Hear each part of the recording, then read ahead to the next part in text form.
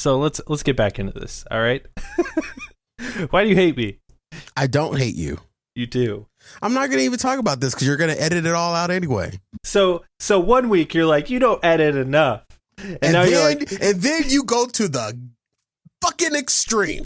What are you talking about? What do you want from me? What do you want from me? I want nothing from you, Jake. It's not like you listen to the show anyway. You wouldn't know. I think last week's show was our best show ever. Oh, yeah? Well, if you listen to every show, you'd know that is not true. I do listen to every show. How do you think I keep getting better? No, I know you listen to every show. That's how we get one view every week. It's sad but true. Okay, here we go. You ready for a hot intro? It's gonna be hot.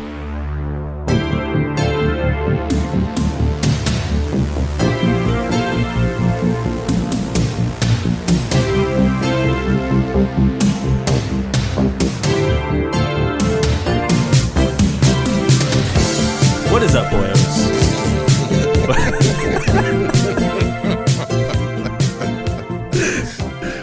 I smell Emmy. Welcome to the Jake and Cory podcast. I am Jake and Cory. I'm both. I'm all in one. Jake and Cory. Just kidding. That's Cory over there. What's up, Cory? What's up, Jake? See, that was a hot intro. I told you that would be a hot one. Yeah, you told me. That was some next level hotness. Is that what it is? So, do you want to spend the entire show talking about musicals again? No, we did that last week, and it was rather enjoyable for me. But then again, I am a musical theater nerd, so I could sit there and do it. Like right now, believe it or not, I found a new podcast that I've been listening to, and it is the Scrubs remake podcast with Zach Braff and Donald Faison. Yeah. And basically during the quarantine, they decided to get together and do this podcast about them. They literally go through the seasons show by show, and then they have on one of the actors from the show, or they have on Bill Lawrence himself, who is who is the creator of the show, and they have him on as a guest, and they bring on one like no-name person guest onto the show. I would love to have that opportunity. I think I'm going to write the producer and ask if I could get one of those now that they're in the season 2. But I love it, and I sit back and I watch it, and Zach Braff is a musical theater nerd, and that's one of my connections with him. And the fact that Donald Faison wants to be a musical theater nerd, that is our connection. So musical theater, I'm all in. I'll do show tunes for you right now. Didn't Zach Braff actually perform in some Broadway? I believe, I don't know if he ever did Broadway, but I know that he did some shows. Yeah, he definitely did some stage plays. I mean, he's been doing stage plays since he was a little kid. Did you hear Ted from that show passed away? Yeah, he passed away earlier this year, right at the beginning of all of the coronavirus thing going on. So yeah, that's so sad. It's really, really, really sad. He was such an amazing that's our artist. show. Thank you for joining us. 5, 6, 7, 8. It was a bit of a downer today, but that's our show. That's where I got the 5, 6, 7, 8 countdown. I totally ripped it off from the Scrubs podcast. 100% ripped it off. That's where it's from. I can't take credit for that, and I'm going to continue to do it. So, my sister, right? She's one of these people that watches Friends every night before she goes to bed, and there's a lot of those people, right, that watch Friends before they go to bed or whatever. Is Scrubs your Friends? Scrubs is not my friends before I go to bed. Before I go to bed, it's Roseanne. Oh, okay, so Roseanne is your Friends. Roseanne is my friends where I will put She's Roseanne. She's my only friend. She's my only friend. Clearly, we established that at the opening of this call, but Roseanne and that show. And the funny thing is that I stopped watching Roseanne when it hit season 6, because I think it goes off the rails a little bit after season 6. Yeah, when Dan dies? No, Dan doesn't die until season 7, and then they do season 8, and then they bring him. I don't. It just got weird after those seasons, but after Dan died, and then they went into that whole thing, and they won the lottery and all that other stuff. The show just kind of went off the rails for me at that point, and it didn't seem to have any conclusive. It got weird after Roseanne, the character, gave birth to what was supposed to be a girl, and then when the baby was born, it was a boy, and they didn't say anything about it, and it was just really weird. I have a love confusion relationship with the Roseanne show, because there's just some things that just don't absolutely make any sense whatsoever, and I think it just has to do with some of the things that Roseanne Barr as a person was going through at the time of taping that show. I love this show because we get to find out what we enjoy about it, like what we enjoy in our lives, you know? Yes. You enjoy cooking yourself. Yeah, I enjoy getting fried, which we talked about last week. I totally messed my... Deep fried Jake, available coming soon to the Arizona State Fair. But there was one episode where we talked about late night talk shows. Last week we talked about musical theater. Another thing that I love, and it seems like you love too, is TV sitcoms. Oh, am I wrong to? Sitcoms. No, you're not wrong at all. I love sitcoms, dude. I love to watch them as they progress. Like, one of the biggest sitcoms that are in my rotation, you know, speaking that, you know, I'm still in quarantine and self-isolation, and Bones. Bones has 12 seasons to choose from, and it's a sitcom. I love watching it from the beginning because you actually see the development of the characters. You see how Emily Deschanel played Bones in like the first 2 seasons to how she played Bones in seasons 5, 6, 7, 8, and on. It totally morphed into something completely different.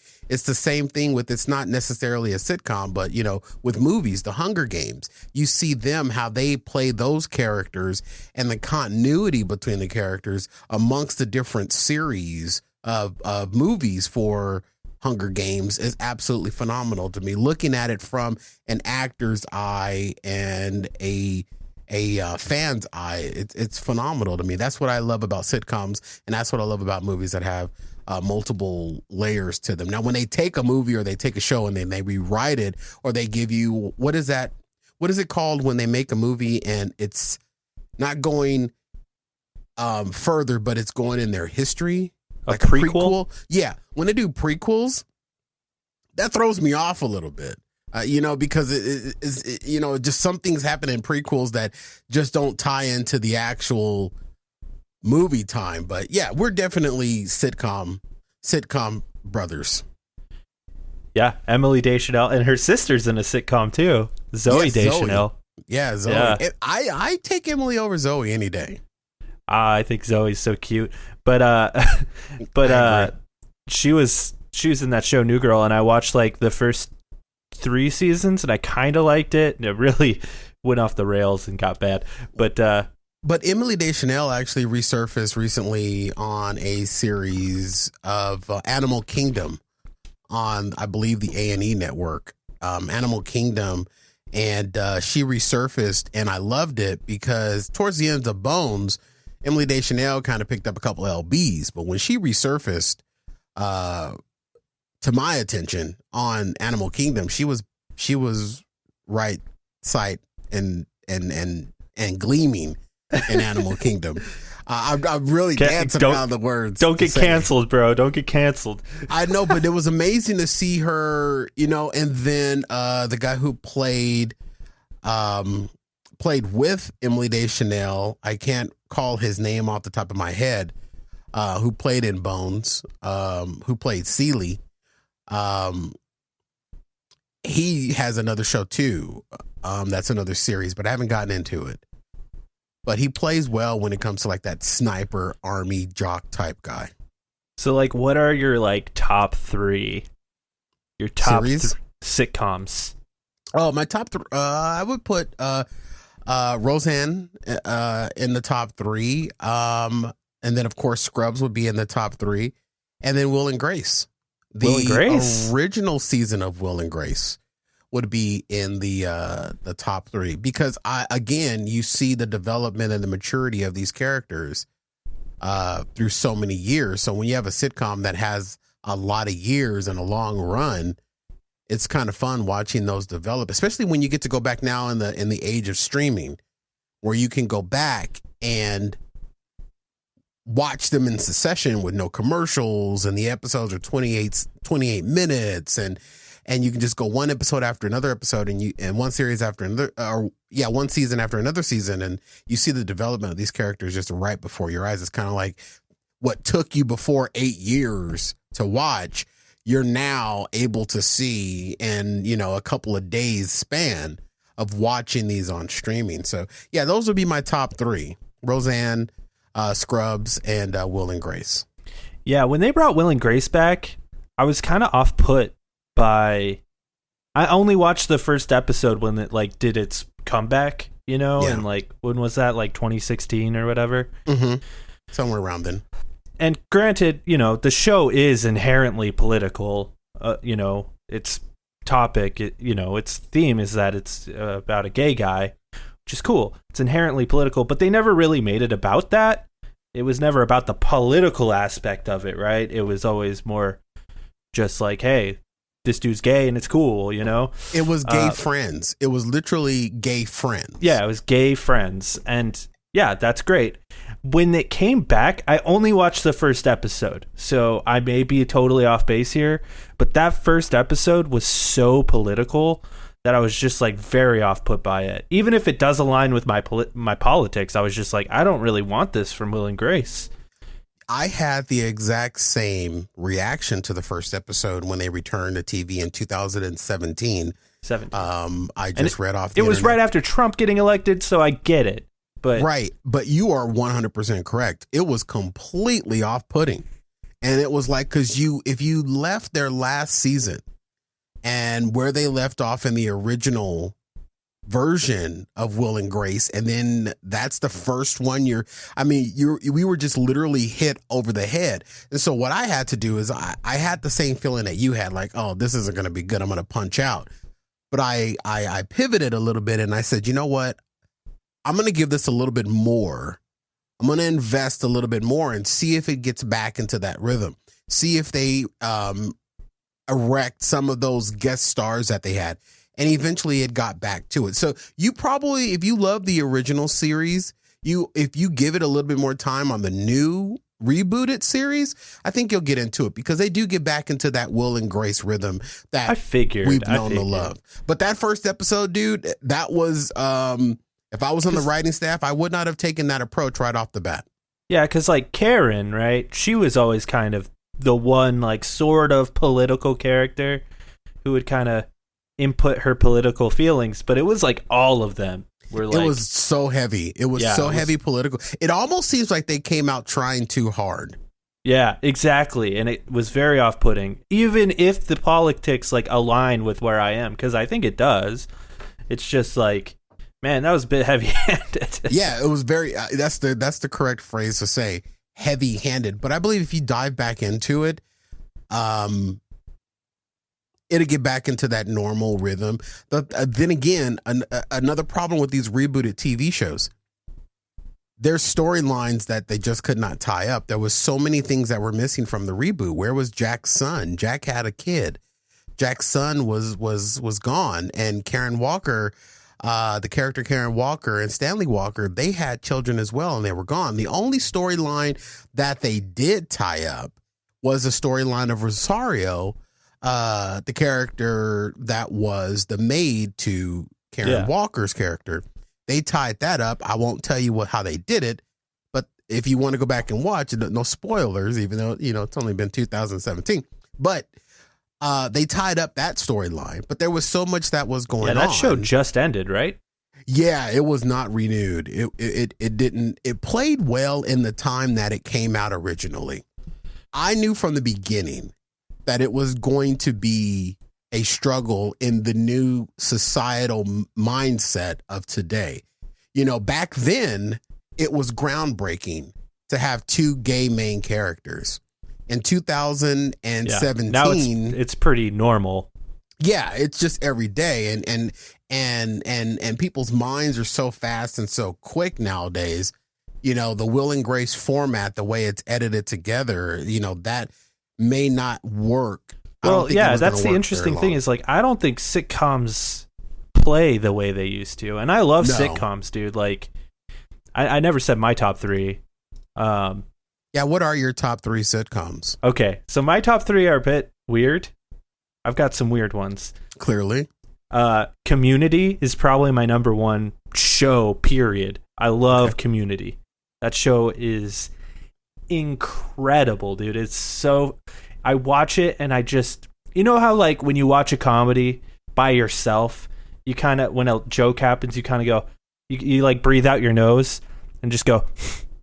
I don't know if that plays over the mic. You know, you just do a little nose. A little huff. Yeah, a little huff. Yeah. When I watch Community, I gut busting laughter every single episode. Like, that show is so funny. Yeah. Number 2. I've never spent 5 minutes with Community. Dude, you should give it a shot. The first thing. You should give it a shot. It's really funny. And very different. So, like, the first season of Community is very much about, like, the relationships. Like, the show is about a bunch of people who go to community college. That's what it's about. Okay. And it's the first season is sort of about, like, relationships. Will they, won't they? And then the second season starts and they're like, hey, you know what? And they just, like, look at the camera directly and they're like, what if we just didn't address that stuff at all and we just made jokes?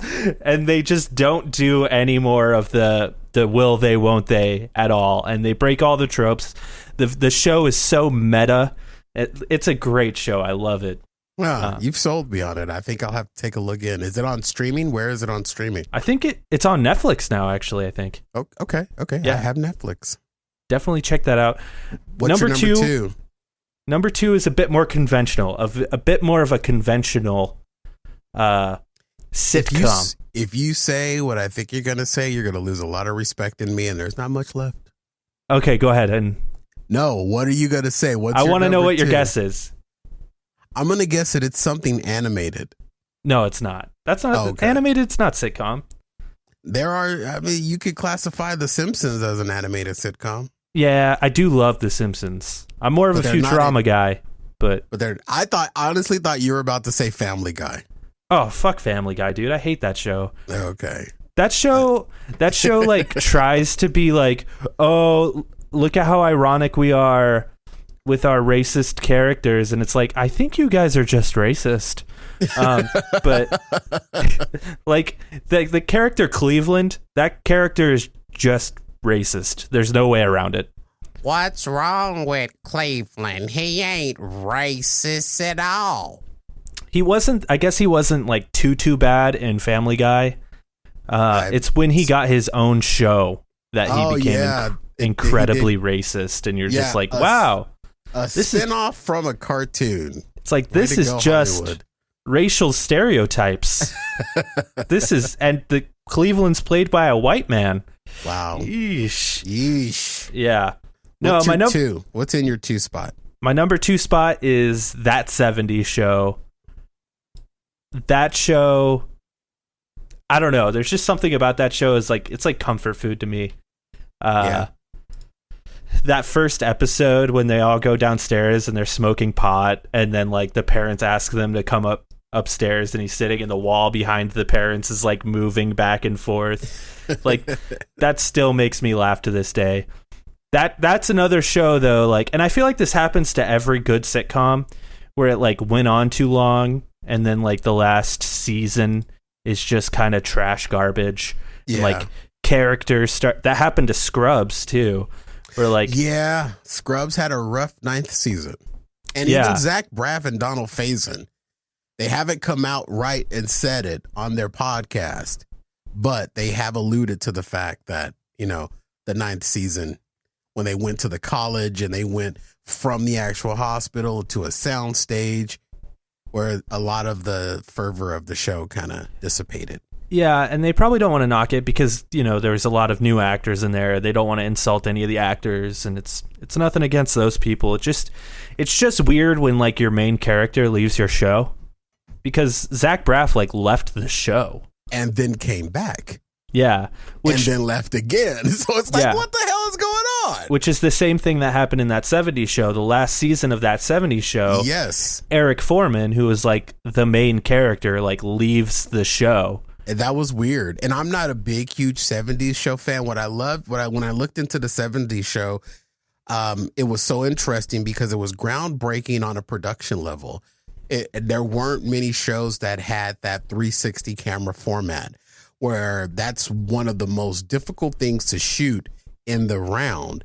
And that show pulled it off successfully.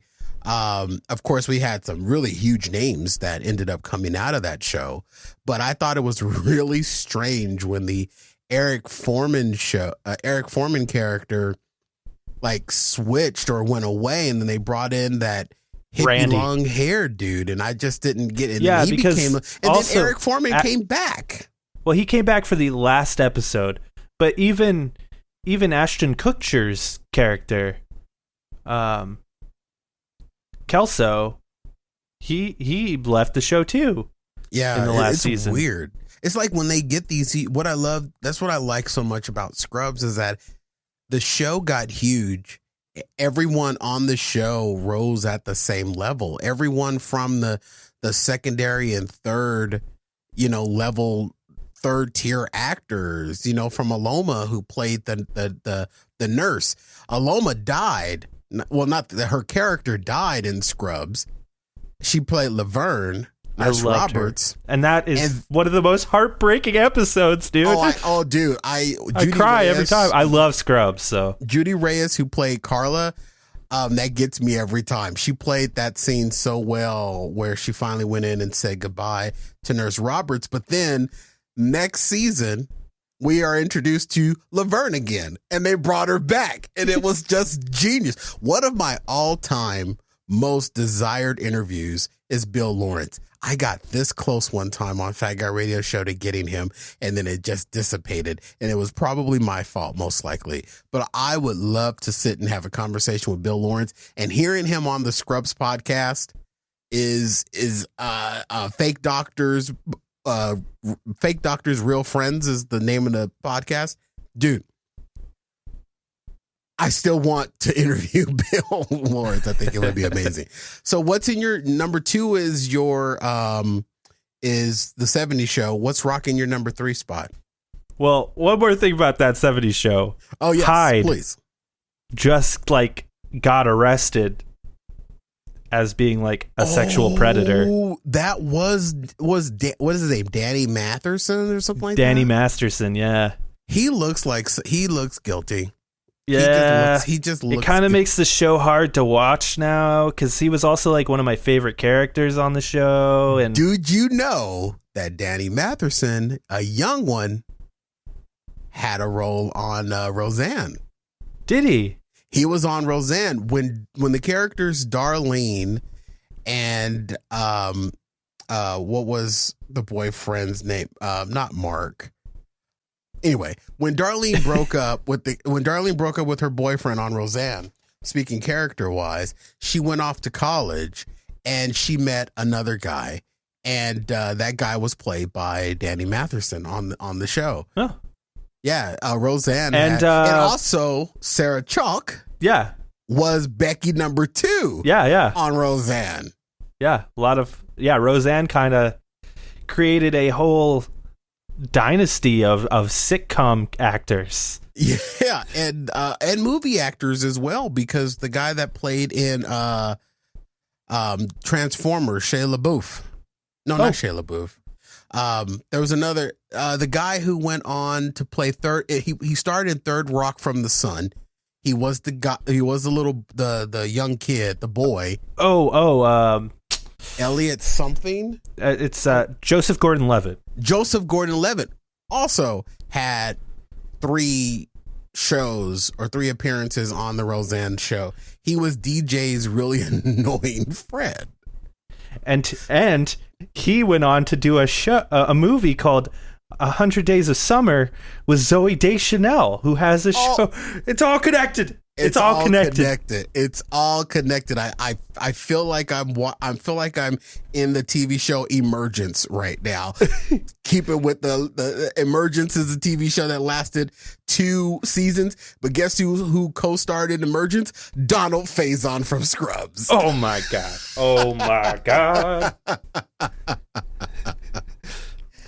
So number three. But yes, Danny Masterson is definitely going down in the who's cow for diddling people that weren't age diddling appropriate. Yeah, that sucks. That he's also a Scientologist. Does it not bother you when, you know that old saying where they say never meet your heroes?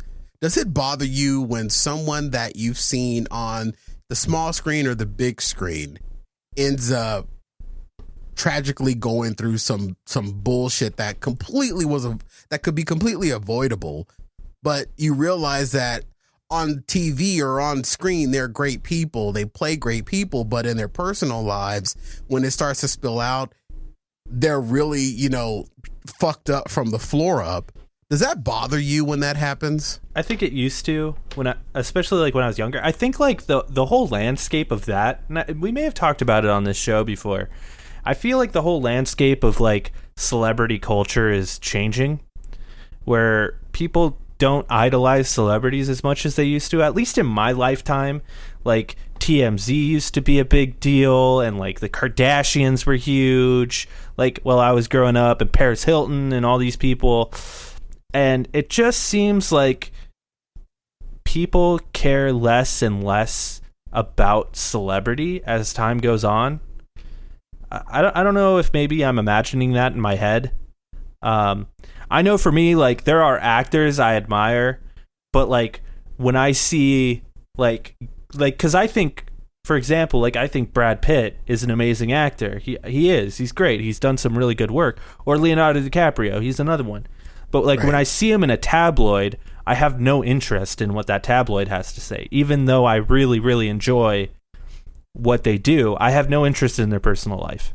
I don't have interest in their personal life, but it still kind of bothers me a little bit when I do see an actor or a celebrity that I've admired in their work go down in flames. You know what I mean? It bothers me a little bit, but I don't know. I didn't know how you felt about that. Speaking, that Danny Masterson was. I know what you're saying though, because there are definitely, like Louis C.K. was one for me where I was just like such a huge fan of Louis C.K. And then, of course, it came out that he likes to jerk off in front of people without their consent, which is not and cool. Your Louis C.K. thing is mirrored with my Bill Cosby thing. Yeah, which what he did is even worse. I know, but I'm like, dude, you were America's dad, bro. And this whole time you were acting like America's dirty uncle. Yeah. Well, and it's so funny, which is why I loved when Eddie Murphy went on SNL. He came back on SNL. Or maybe it wasn't SNL. It was something. Maybe it was the Oscars or something. He did some sort of stand-up bit. And back in the day, Bill Cosby used to give Eddie Murphy shit for cussing so much in his stand-up special. And then Eddie Murphy came out and was like, "Oh, I'm Bill Cosby. I like to fuck people without their consent." And it's like, isn't it ironic? The guy who gave this guy shit for like using potty language was raping people. Wow. Wow. Just horrible. So who's in your third spot? Number 3, another very unconventional sitcom. Okay. Very unconventional, but it's also the longest running sitcom in history. Can I take a guess? Please. I'm going to guess Cheers. No. Cheers. Cheers. Frasier is better than Cheers. Cheers. No, God, no. Cheers. Frasier didn't have Woody Harrelson. Woody Harrelson's funny as hell. He's weird, but funny. Kelsey Grammer, though? Come on now. Nah, Kelsey Grammer, one-dimensional actor. He will forever be Frasier. He will never be able to deviate from the character of Frasier. Every time you look at Kelsey Grammer, you think radio psychologist. He played Beast in the X-Men movies. How dare you? Oh, well, yeah, that's true. And then I looked at Beast in the X-Men movies, and I'm like, what the hell is Fraser Crane doing playing Beast? He was Scrooge, too. He played a pretty good Scrooge. Yeah, and I saw that, and I was like, wow, Fraser Crane is really angry at Christmas. He's really grumpy. He's really grumpy. It's the same thing with the actress that played in the Hunger Games. Every time I see her, I'm like, what the hell is Katniss doing? You're gonna give that to Jennifer Lawrence? I'm like, what is Katniss doing? Why is Katniss's boobs all over the internet? Dude, she's an Oscar award-winning actress. I know, for Hunger Games. No, she didn't win an Oscar for Hunger Games. She won it for Silver Linings Playbook, which is a fantastic film. It's a fantastic film that Katniss Everdeen was starring in. It's like, oh man, Katniss, you really have a lot of mental problems, don't you? I guess those Hunger Games You're really struggling with anxiety and depression, aren't you, Katniss? That arena really did some to damn that freaking President Snow. No, my number 3 spot. What's in your 3? Is It's Always Sunny in Philadelphia. How was I sleeping on it? Danny DeVito. Oh my gosh, dude. That when it was on air, I was all in. It's still on air. I fell in love with what's the goofy one? Well, they're all goofy. Charlie. And it's played by Charlie Day. Yeah. I fell in love with them. And then Mac. And then Mac. How he was fit. Then he got fat. And the reason why he got fat, and he said this in an interview, the reason why he got fat is because he could. And then he got unfat. And he was fine as fuck again. The reason he got fat is because he's like, I'm sick of watching sitcoms where as you watch the show, the actors get prettier and prettier because they get richer and richer in real life. Where he's like, if you were to actually watch these sitcoms, you'd watch them get fatter and uglier as they got older. So him and the whole cast were like, yeah, let's gain like a bunch of weight for the next season. But he was the only one that gained the weight. Rob Mcelhenney. And this is what really blew my mind about It's Sunny in Philadelphia. I did not know that him and Caitlin Olsen were actually married. Yeah, they're married in real life. Yeah. And then they played brother and sister. No, they don't. Weren't they brother and sister? No, it's Dee and Dennis are brother and sister. Oh, Dee and Dennis are, Dennis played by Glenn Howerton. But Rob in the show in the more recent seasons has finally come out as gay. So really? Yeah. Spoiler alert. You know what? I need to get back into this show. The show is going on its 15th season. That's deserving. And the whole premise, and you didn't think I was going to know about Sunny in Philadelphia, bro. The whole way that Danny DeVito got involved, are you familiar with how that happened? Yeah, a little bit. He just saw this show and wanted to be a part of it. I don't think he's in the first season. He's not. And he went to the creators and said, I want to be a part of this. That might be true, but another reason he got brought into the show was because the executives over at FX were like, your show is great and it's doing okay numbers, but I think like no one knows who you guys are, so we need someone who has a name to be on the show to like draw in more viewers. And they're like, how about Danny DeVito? And Danny DeVito's like, yeah, dude. They've said in interviews that they're like, we pushed Danny DeVito to the very limit, to the point where they almost killed him on set one time. My goodness. There's an episode where they're on a boat and the boat starts to sink. And while they were filming it, Danny DeVito almost drowned. Well, he's like, I don't know how tall he is, but he's not very tall. He's a short guy, but that Danny DeVito, you can't classify him other than the fact that he is just naturally funny, just 100% funny. The dude could sit there and recite the alphabet and you would bust a gut laughing. He's just that funny. The other thing and him and Charlie Day's characters, when they interact on It's Sunny in Philadelphia, dude, they have the funniest line out of Sunny in Philadelphia is when Charlie Day's character Charlie is cooking breakfast. Frank is sitting at the bar in the kitchen with some hooker girl, and she's giving him an old handsy under the table, and he looks up at her and he says, Now you're now you're just smashing it. Now you're just smushing it.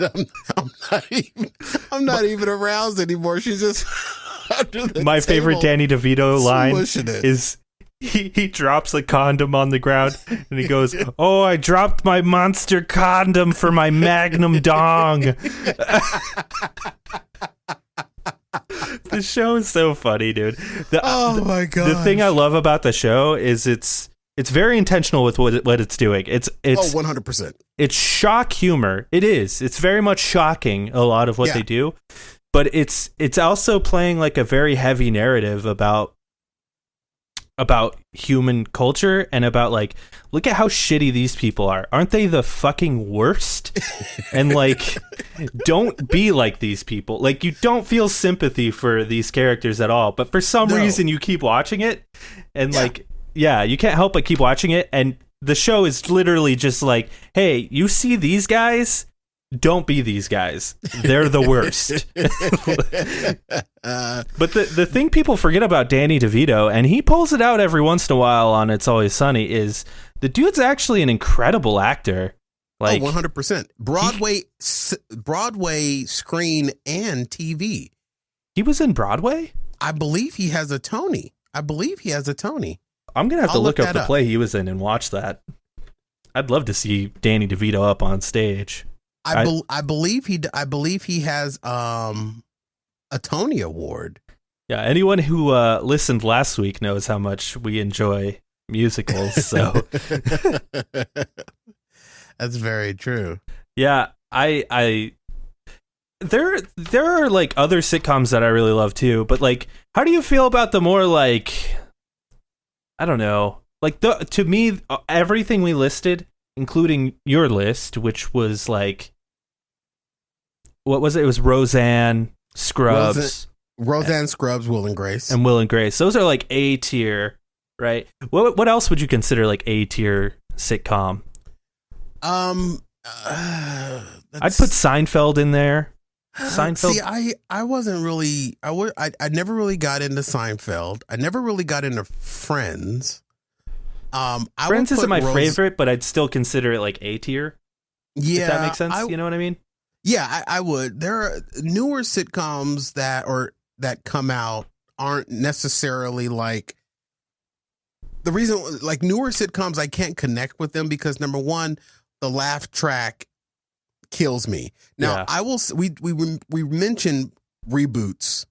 Will and Grace, the reboot that came out in 2017, a reboot that I think should be gone. That's not. I don't know how the hell it's still around. Is the reboot of Roseanne, and then Roseanne sent out a tweet, and then they rebooted it as The Connors. The Connors, yeah. And The Connors blows.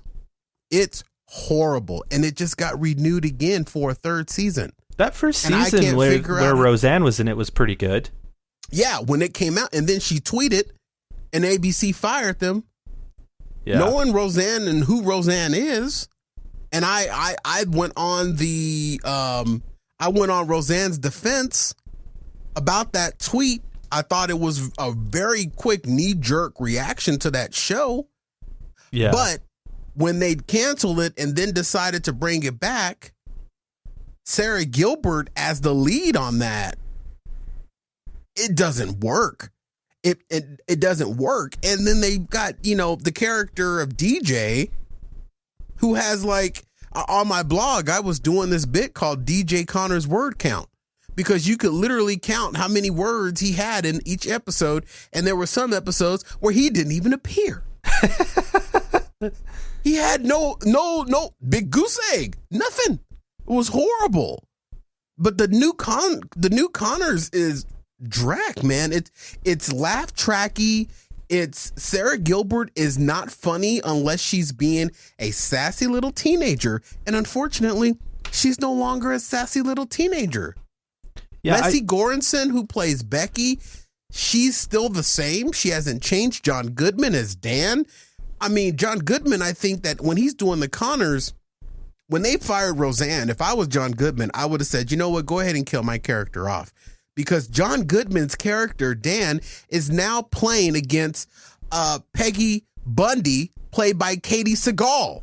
That's his new love interest in the TV show, The Connors. Is it really Kate Bundy? Yes, Katie Seagal is now the new love interest. But is it actually Peg Bundy?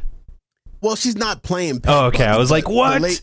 The Katie Seagal, who's mostly famous for being Peg Bundy. To me, she's Leela from Futurama. Right, Leela as well. Now, I would put another sitcom that I think is a very successful sitcom. I'm gonna have to go back in the day. Is Married with Children. I think Married with Children was absolutely amazing. That show's great. I hate that it couldn't was pass today, but it's good. No, it wouldn't. It definitely wouldn't work today. I mean, every time. But that's another show. It's kind of like Always Sunny, where it's like you see these people. Don't be these people. Yeah. Granted, there's a lot more of like leeway there where it's kind of like you're supposed to kind of like them. Yeah. But it's very much it's it's what was the like older version? Oh god, I'm blanking. Who? Not Andy Griffith. I don't know, I'm blanking. No, I had those blanking moments as well. Another sitcom that I would put up in its original format before they made some changes, and again, another character going off the reins. I'm sorry, he's a wackadoo, but 2.5 Men I thought was a pretty acceptable sitcom. It was okay, and then when they brought Ashton Kutcher in, it was just trash. Yeah, it went totally. It just didn't work after that, and I punched out. Another one that I would put up there, kind of going back a little bit further, I would put Family Matters. See, this is interesting. Would probably make somewhere in my top, 15. Is that the one with Urkel? Yeah, that's the one with Urkel, because it ran so long, we saw the characters literally go from adolescence to adult. Yeah, now this is interesting to me. Because I have some issues with that show. With Family Matters? Yeah, because Carl, he plays a police officer. Yes. And there were so many other sitcoms back in those days. And maybe I'm not the person to talk on this, but like the Fresh Prince of Bel-Air, I'm blanking on other ones. I mean, this is all before my time, really. So don't be mad at me that I'm not remembering names of sitcoms that handled the subject of race in that show. It came up very often in that show. Ish. I watched a lot of that show, man, and it was very dismissive of the subject of race. And I don't know, the fact that they really played up that like Carl, he played a police officer, and they really played up the fact that like police officers, good guys, and in theory, yes. In actuality, not all the time. And are you looking at Family Matters from a 2020 mindset? I'm looking at it from that mindset because different strokes. Different Strokes. I get uncomfortable watching Different Strokes. I think Different Strokes just takes I think they go too far with the racism. Okay. But yeah, Different Strokes. I mentioned Fresh Prince. Fresh Prince handled it very well, I thought. There's that great episode where Carlton has to confront the fact that he has to deal with people, because he's a rich guy and he lived in basically ignorance to the fact that racism exists. And people seeing him in nice cars is going to make people suspicious of him. And he had to like deal with that fact. And, there's the episode with the gun. They handled it really well. I don't know. I always felt like Family Matters just kind of tiptoed around the subject and almost just, I don't know. And that's fine. That's fine. Yeah. That's fine. I don't know. And like I said, maybe I'm not the guy to talk about this, but it always kind of rubbed me the wrong way. I kind of had that same experience with Different Strokes. I thought Different Strokes I brought up Different Strokes just as an example because I don't really watch that show. So I don't know. I've seen it, and it's now, airing again on on some over the air networks, and it's just very off putting. There's that one episode with of Different Strokes, I think, where the kids want to get a bike. Do you know the episode I'm talking about? No, and I'm not familiar. They go to a bike shop, and then they start hanging out at the bike shop, and there's him and his little friend go to the bike shop, and it turns out that the guy was a pedophile. What? Yeah, and like they had, and these episodes are on YouTube. You can look it up. It's a 2-part series about pedophilia, and many like the brother, not the main guy, who was, what was his name? Gary Coleman, right? Yeah, not the main guy. The brother and like the sister both came out and said they were sexually assaulted as kids on the show later on.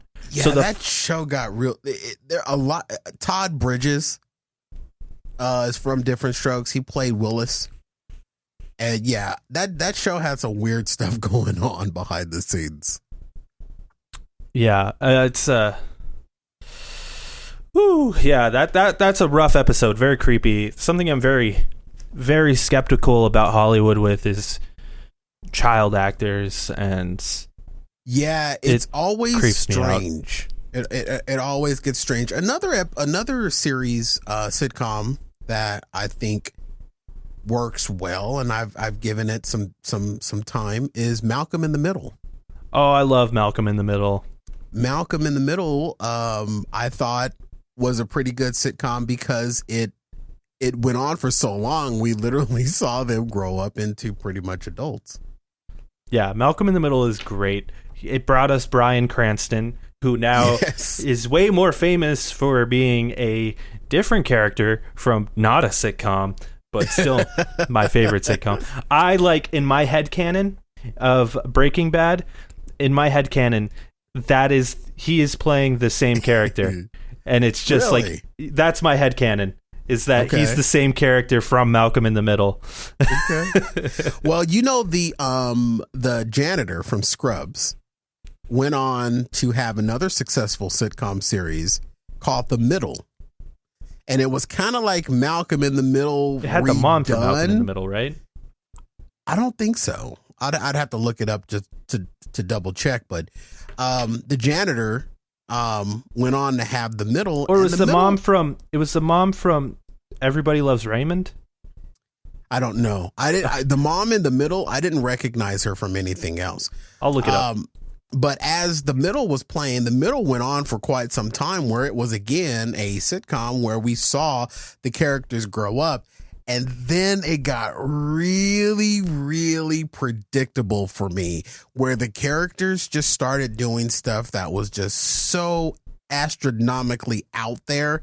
It became unbelievable towards the end of the series. Yeah, she was the mom from Everybody Loves Raymond. So she was okay. She's kind of sitcom royalty as well, I suppose. I guess so, but I mean I always hated that show. But really? I didn't hate it. It just always felt like something that was just sort of on in the background. I never got invested into that show. Now, I really liked the mom, the like grandparents in Everybody Loves Raymond. But yeah. But now, besides that, I can't believe we're sleeping on this one. And I don't know if you're with me on this or not, but another sitcom where it ran for so long, we saw the characters develop and mature right in front of our eyes, is Saved by the Bell. Dude, I love Saved by the Bell. Oh my gosh. It's like, it's so cheesy. And I know at the time, like it was like 90s cheesy, but it was great. Like at the time it was super cheese, but like I think it's aged like fine wine, where it's just got this like aesthetic that is just so 90s, and it's just it's so good. I love Saved by the Bell. That's one of my favorite ones. Saved by the Bell definitely rocks. So now I think we're delving into B tier, right? These are like B tier to me. I would say that these are definitely B tier. But these are like upper B tier. These are like B plus, right? B plus tiers. Yeah. I can't wait till we get to D tiers. Oh God. I got something to slam. You know what else I'd consider maybe a C tier, but maybe a B tier. One of my favorite shows growing up that's in the vein of Saved by the Bell was Boy Meets World. Did you ever watch Boy Meets World? I did watch Boy Meets World. Topanga. She was she made an appearance in the old cerebral cortex every night as a young lad. Oh, you know what I did? When I went to college, I decided it'd be a good idea to move really far away, hours away from home, and really just because I was like, I just want to be an adult now. So I moved far away. I live in Phoenix. I moved to Flagstaff, which isn't like far, but it was far enough that I like couldn't see my family anymore, right? Yeah, it's far enough.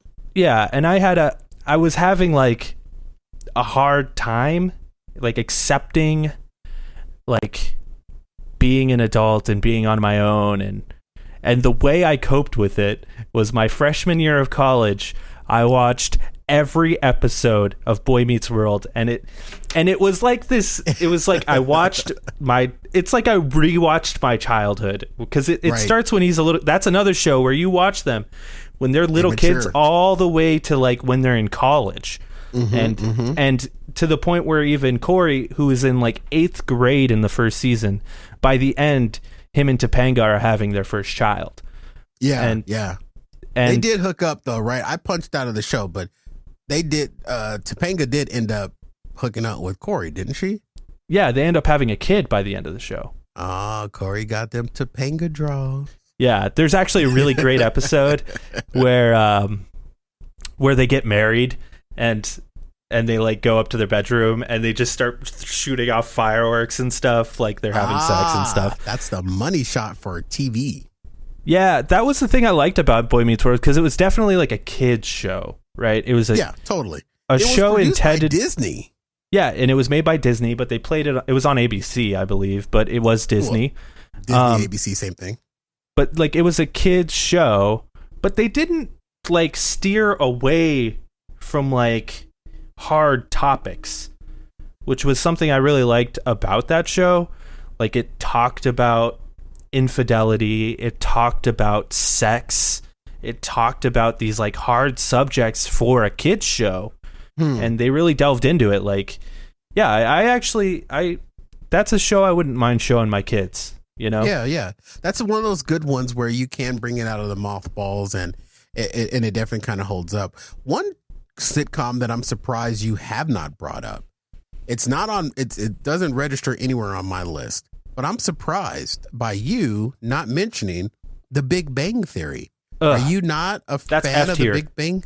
That's F tier. Oh, okay. That is the worst show. First of all, it paints because I am a nerd. Anyone who comes onto this channel knows, like, most of this channel is video games bullshit. Like, this is my only one aside from basically talking about video games on this channel is talking to you, Cory, which is why I love this show so much. Right. But yeah, I feel like it paints nerds in such a bad light because it paints them as socially awkward, which yes, I'd say most nerds are socially awkward, but it paints them in a socially awkward way that is misogynistic, sexist, just completely inappropriate, which is not how I'm sure there are nerds like that, but there are just humans like that. And that is not what makes a nerd a nerd. A nerd is not a nerd because he's misogynistic and doesn't know how to talk to a woman. He may be scared to talk to a woman just, out of principle, but he's not like, ooh, your knockers. Bazinga. It's like the worst kind of show ever, dude. And like, they're all rocket scientists, right? But they live in this like shitty apartment complex. It's like, you're rocket scientists. How the fuck are you just living in this shitty apartment complex? How the fuck is everyone in this goddamn show a goddamn rocket scientist? And how are you living in the same complex across the fucking hall from this chick who doesn't even have a job? Like, that never made sense to me. Like, this show is garbage. The jokes don't land. They're not funny. They make a joke about Xbox and PlayStation that obviously they didn't. I'm sorry, I'm getting heated. Yeah, you are. I thought you would have been on the other end of the spectrum when it came to this show. I checked in with this show. I am on the spectrum, but I checked in on this show for just a minute because of the fact that it had Johnny Galecki, who played Darlene's boyfriend on Roseanne. So I checked into it, and then I checked in again when Sarah Gilbert guest starred on the show, but it never grabbed me. It was just so the lead role, the guy who Sheldon, who they had the spinoff of Young Sheldon, which is another that was sitcom. weird too. The guy that was who a single camera show too, which was weird. Yeah, the guy who played Sheldon, I don't know. He was just so. I mean, he was so the character was just so indignant. It was off-putting to me.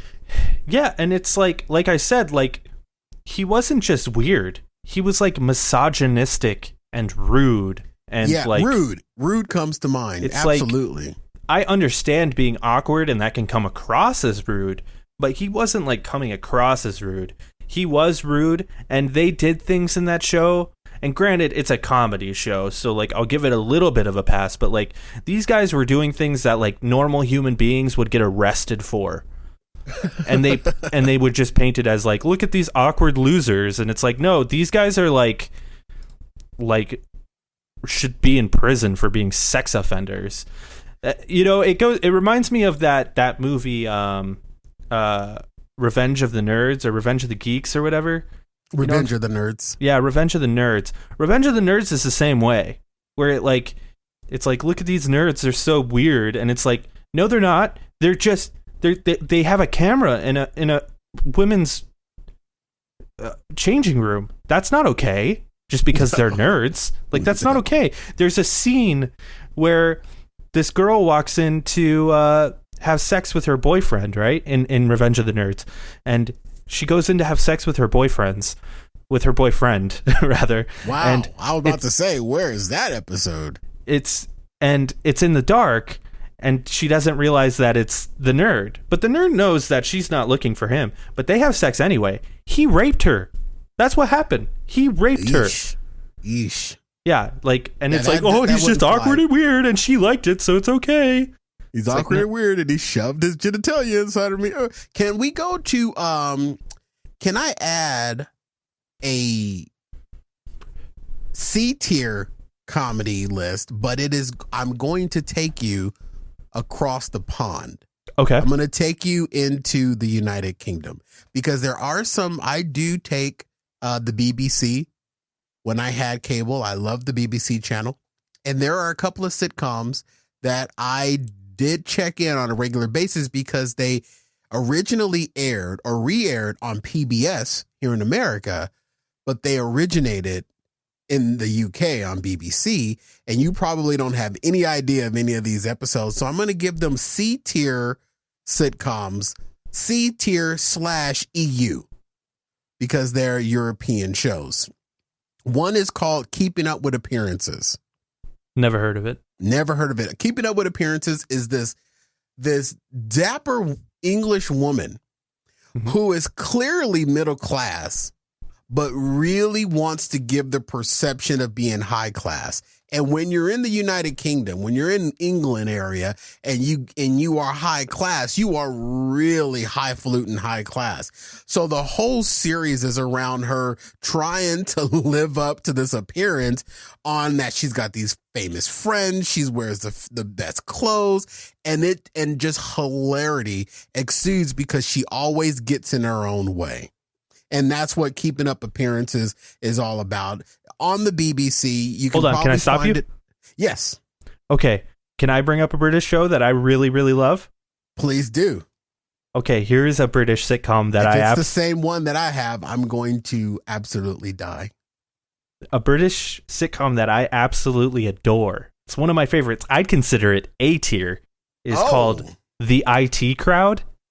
Oh, I've never heard of it. You never heard of the IT Crowd? Never heard of the IT Crowd. You have or haven't? I have not. The IT Crowd is Big Bang Theory done correct. Really? because first of all, it's about a bunch of nerds. It's the IT crew, right, of an office building. So it's an office building, and it's a show about the IT, the tech crew, the guys who fix the computers and stuff. And this is more an accurate representation of nerds and geeks, because nerds and geeks don't always turn into rocket scientists or podcasters. Yeah, or podcasters.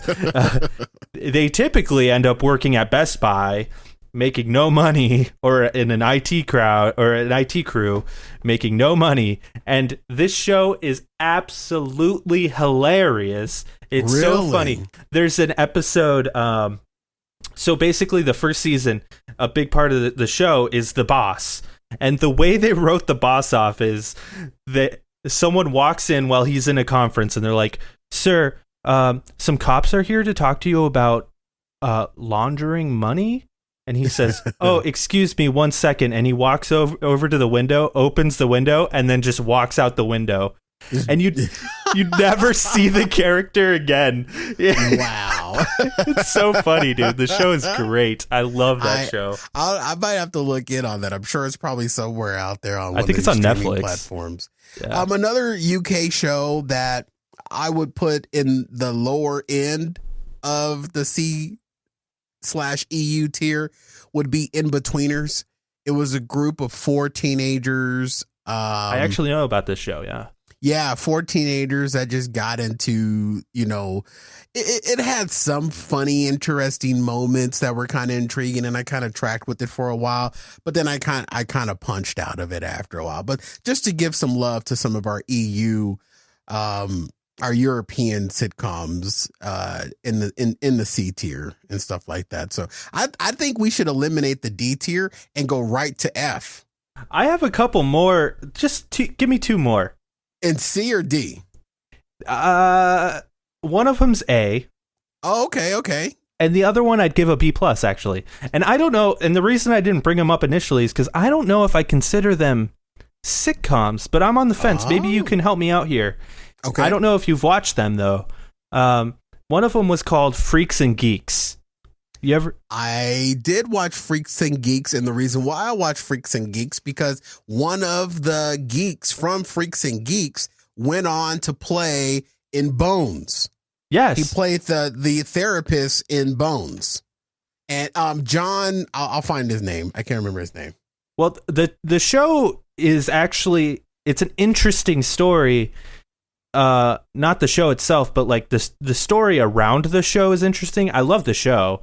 But the reason it's so interesting is because the show was created by Judd Apatow, who went on to create, Knocked Up, 40-Year-Old Virgin, all those crazy movies. And not only that, this was the first time we see James Franco. This is the first time we see Seth Rogen. This is the first time we see Jason Segel. It's like so many big names came out of this show that were there before they became big names. Yeah, and John Francis Daly.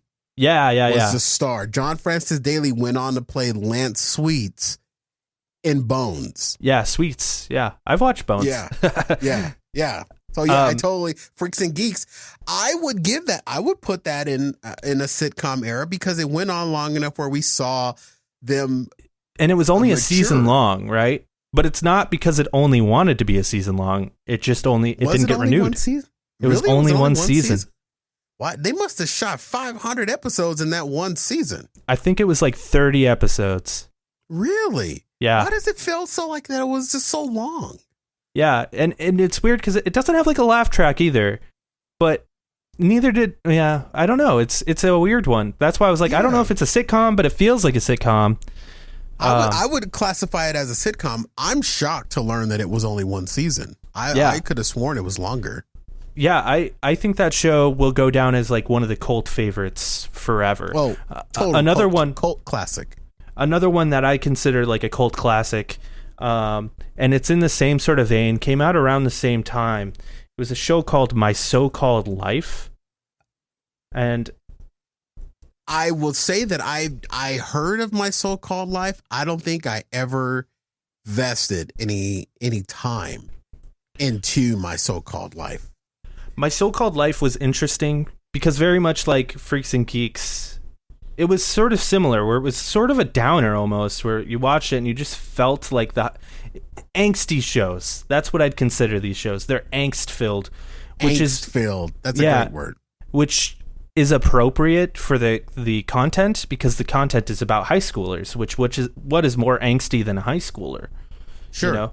And another thing that came out of My So-Called Life, it was the first time we see Claire Danes. That was her first role, was in My So-Called Life.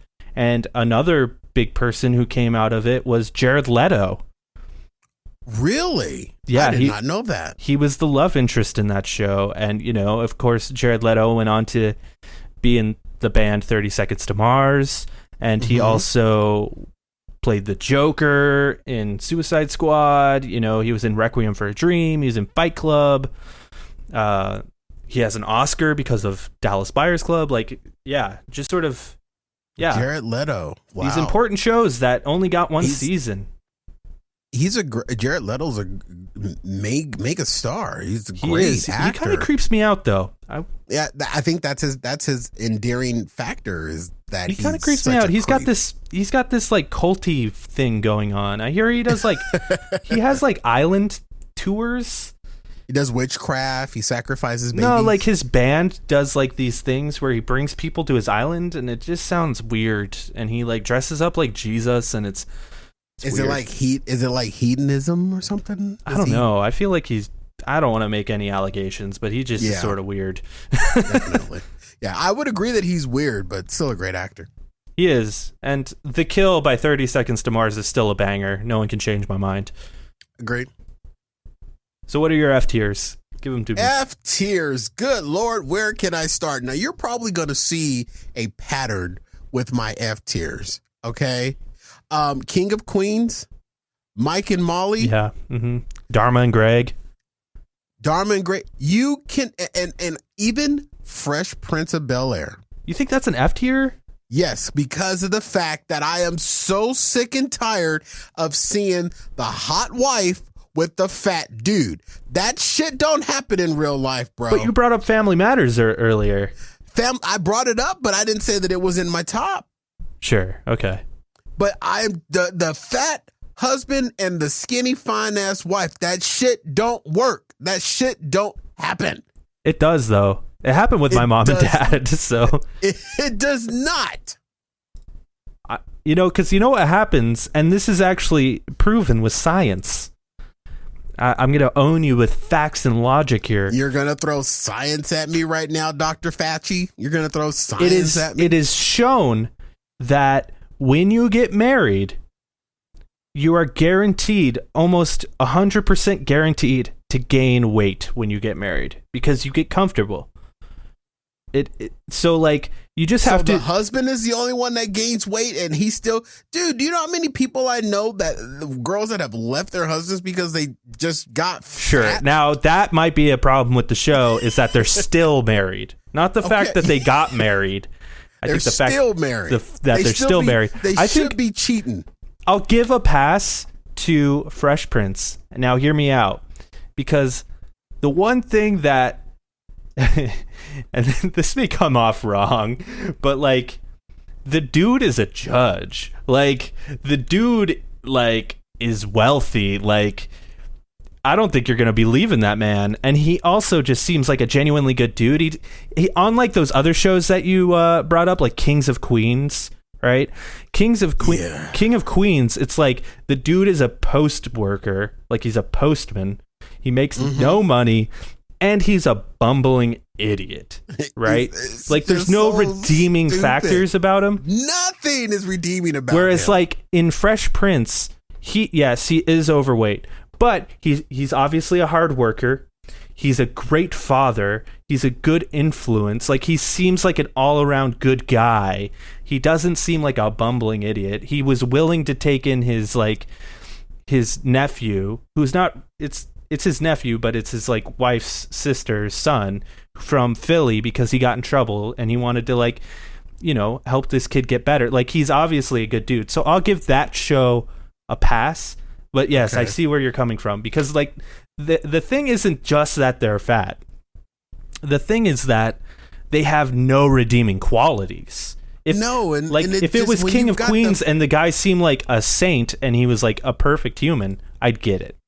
Right. It just doesn't work. Those are F tier for me. Another one that I'm going to throw in F tier, not because of the fat husband, Charles in Charge. Okay. That TV show just sucked. Where do you stand on 8 Simple Rules? Never spent a moment on it. Oh, dude, John Ritter.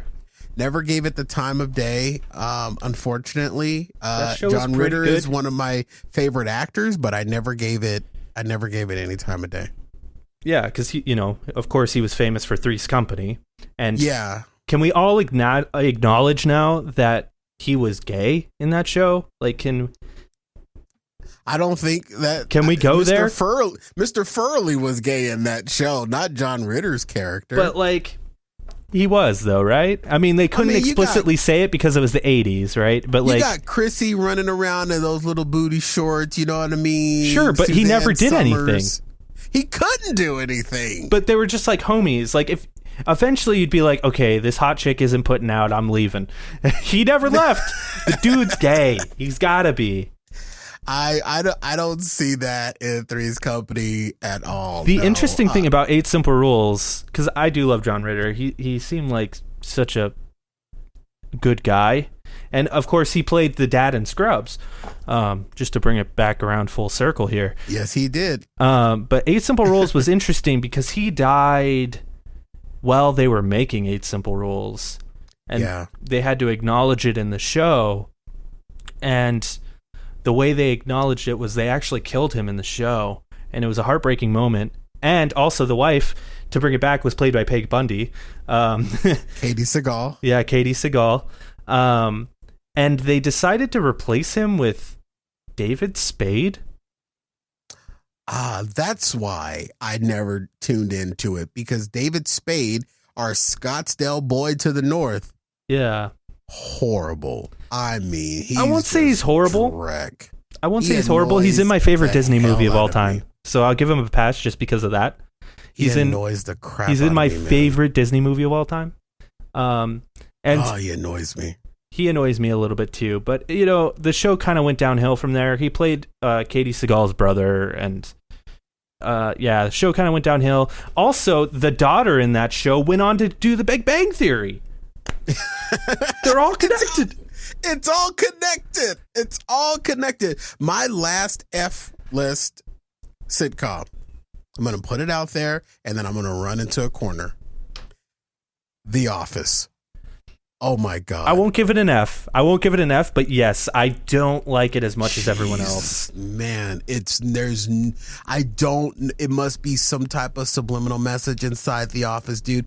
That show blows. John Krasinski, he's just interesting looking. There's nothing else about that show. The only good thing about that show was Steve Carell sometimes. And at times, but the only redeeming thing about The Office is that it went off the air. I like Steve Carell a lot, but The Office never really did it for me. But I will admit, every once in a while, there was like a gag or two where I'm like, that's pretty funny.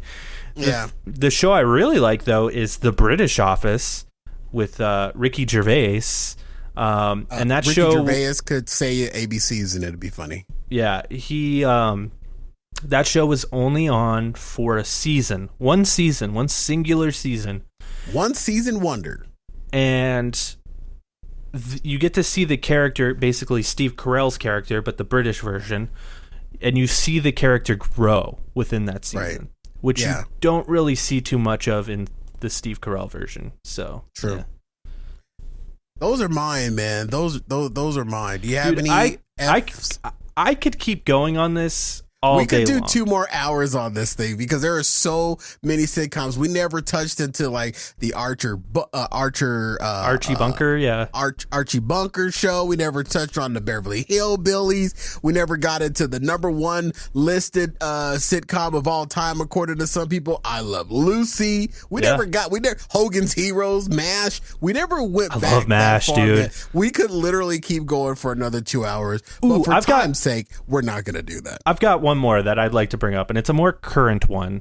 Drop it on us. Since we're talking current ones, and I'm not like the biggest fan of this show, but I appreciate what this show has done. And we mentioned it earlier, like I think like the format of sitcoms is kind of a dying breed. I think a lot of people just aren't interested in that whole, They're done completely differently now. Yeah. Laugh track, multi-camera. Well, and that's the thing is like, I think the future of sitcoms isn't even laugh track. It's what The Office is doing. Like Parks and Rec. I love Parks and Rec. That's not the show I'm bringing up, but I do love that show. Like that's another one that's like really good. Yeah, but like the future of sitcom is kind of dead. And a show that kind of, took that Office format, and did something different, and it resonated with the whole country. I wouldn't say it's like one of my favorites, but every time it's on, I'm like, oh, this is kind of okay. Is Modern Family. Oh. You don't like that show, huh? It's not that I don't like it. It's just that it comes across really gimmicky to me. And I'm sorry, but I can't see Ed O'Neill as anyone else other than Al Bundy. Al Bundy. I just can't get that out of my head. I can't. He will forever be Al Bundy. So when I watch Modern Family, I see Al Bundy cheating on Peg. The thing about it is, he kind of still is Al Bundy, but like that curmudgeon-y type of guy, yeah. Curmudgeon-y, unhappy. Right, and happy. What would Al Bundy do if he was, 60, 70 years old like he is now? And, Peg, they're divorced, they're long divorced, their kids are grown. What would he do? He'd be stupid Sofia Vergara. He would be marrying a younger woman and being a pig. And the thing about the show, about Modern Family, is basically like him... And the way I perceive the show is basically like him trying to figure out how to learn to live in a modern age, learning to accept his son is gay, learning to accept that, his stepson isn't Manny. Yeah, isn't exactly his ideal of a like manly man, accepting. Well played character, though. I will give that. That's a well played character. I think the title of the show is very accurate. Modern Family. Like, I think they. You think it relates more to today's society? Is that what makes it good? It's still in taping, isn't it? Yeah, I think it maybe just ended. But oh wait, no! I remember because I followed the guy, one of the actors. It ended last year. Oh yeah, it ended last year. I think it just ended. Yeah, it just ended. Because I remember I follow one of the characters on Instagram, and he was posting up the final pictures and the final taping day images up on his Instagram. Yeah, I think, the thing I like about the show a lot, and granted, Will and Grace definitely took that step with dealing with gay characters, but the whole show was about like them being gay. Where this show, it's like it has gay characters, and that's not what defines them. Right. I really like that. I'm seeing more and more of that in media now, where it's like these are gay characters, but that isn't like what defines them. They just happen to be gay. Right. And it also points to my bias. Again, fat gay husband or wife, skinny gay husband or wife. It doesn't work. Well, I don't know. You don't see a fat gay guy and a skinny gay guy together. It doesn't work. I don't know. A lot of gay guys are into bears, right? Oh, yeah, I guess so. That's like a whole fetish. Yeah, a fetish. You don't marry them and adopt a little Asian girl. Maybe you do. I don't know. Well, we didn't get into politics at all, and there was a lot to talk about with politics, but I figured we'd take a break from that. You probably knew more because, honestly, Jake, I punched out of the news. I can't, my heart and my mind can't take any much more of this. So I have not watched any news in the last 2 weeks. Well, there's been like, I punched out. Not to keep the show going for too much longer, but like, you know, there's been a lot of drama in Arizona specifically. Oh, by Ducey screwing the pooch? I think dude, he is done. You know, this show isn't marketed to like an Arizona audience per se, but, you know, I think it's pretty well known at this point that Arizona is a clusterfuck when it comes to dealing with the coronavirus. Yeah. It's like us and Florida are like just screwing the pooch on this whole thing. Texas is right behind us, and California is not too far behind Texas. Yeah, it's just like, but like Arizona specifically has just been really screwing the pooch on this. And Doug Ducey came out, and we were all like, I was expecting him to be like, all right, we're doing another stay-at-home order for another 30 days. No, he's like, I want restaurants to be at 30% capacity now. What? That makes no impact. Exactly. That's like saying I'm only gonna punch you with 30% of my fist. It's like it's still a punch. It's like most restaurants that are open are already doing that. The thing is what's happening, and this was prior to me going into a news blackout. Restaurants were one of my favorite restaurants. They were closing on their own. They were shutting down on their own. They were making a decision on their own. You know, it just goes back to what I said from the beginning. We're in this alone. Yep. There is no leadership, and Ducey is so far up the orange dude's butt, he's afraid to stand up. And he said it in the press conference. He's like, you know, I have a special ringtone for the president in my phone. And it's like, I don't think it's necessarily a good thing that the president of the United States calls you so often. That just means that's how bad of a job you're doing, is that the president has to call you all the time. So you basically got two people. I guarantee the president is not calling the governor of Alaska every week, because it seems like Alaska kind of has this under control. You know what I mean? Yeah. Mm-hmm. That's just an example. I don't know what's up with Alaska, but you know what I mean. Either. It's beautiful up there, and they have great bears. Lots of bears. Which kind of bears? The bears we were just talking about with Modern Family? The bears that appear on Modern Family. 5, 6, 7, 8.